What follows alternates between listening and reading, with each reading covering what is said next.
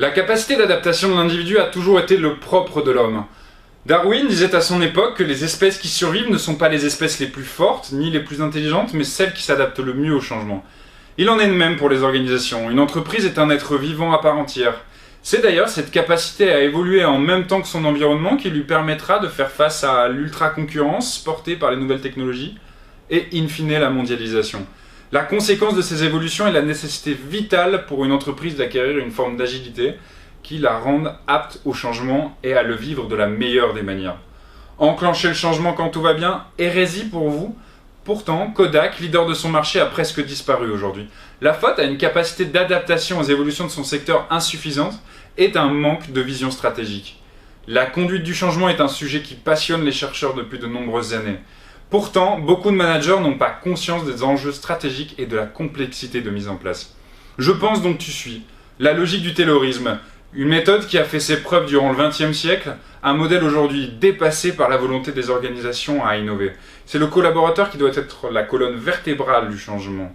La situation est d'autant plus vraie aujourd'hui, les évolutions du monde ont considérablement renforcé les capacités des acteurs à ne pas faire ce qu'on leur demande, mais plutôt en fonction de leurs convictions et implications.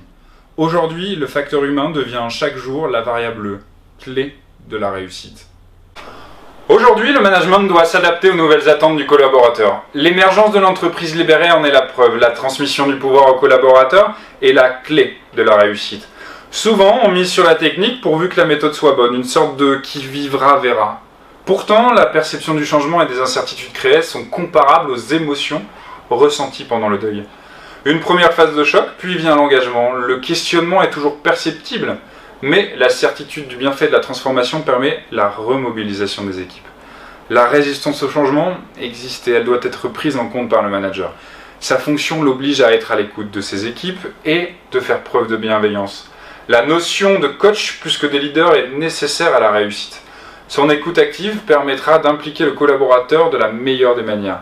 L'histoire de l'organisation ne doit pas être prise à la légère par la structure. Le leader peut être persuadé du bienfait de la transformation sans pour autant la transmettre.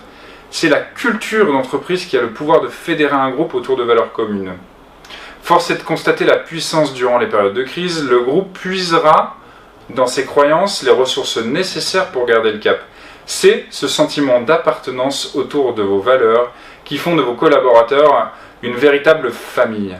Maurice Temnet met en garde de la nécessité d'identifier la culture avant de vouloir la transformer. C'est pourquoi l'année prochaine, ensemble, nous verrons l'impact de la culture d'entreprise sur la conduite du changement. Alors je vous souhaite de bonnes vacances et je vous dis à bientôt.